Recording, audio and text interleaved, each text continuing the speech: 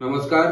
सिंधुदुर्ग जिल्ह्यातील मालवण शहरात प्रजापिता ब्रह्मकुमारी ईश्वरीय विश्वविद्यालय आणि केंद्र सरकार यांच्या संयुक्त विद्यमानं नशामुक्ती भारत अभियान रॅलीचा शुभारंभ करण्यात आला.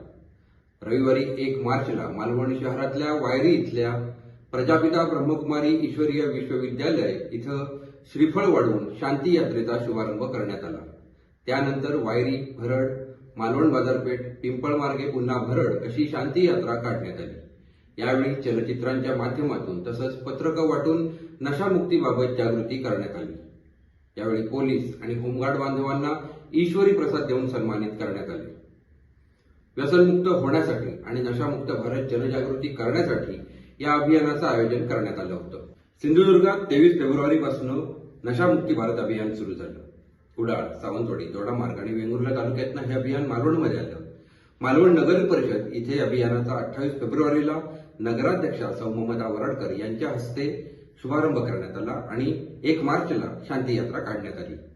यावेळी ब्रह्मकुमारी ईश्वरीय विश्वविद्यालयाच्या डॉक्टर भारती बहेन, मालवण इंचार्ज वर्षा दिदी, कणकवली इंचार्ज संध्या दिदी, राठोडे इंचार्ज सुवर्णा दिदी, राजापूर हेडमास्टर सुरेश पळसमकर, निलिमा दिदी, राखी दिदी, मेघा दिदी, नूतन दिदी, अशोक भाई, नारायण भाई आणि पोलीस, होमगार्ड तसंच संस्थेचे भाई बहीण तथा सदस्य उपस्थित होते. कुडाळ इंचार्ज हर्षा बहेन यांनी कार्यक्रमाचं सूत्रसंचालन केलं.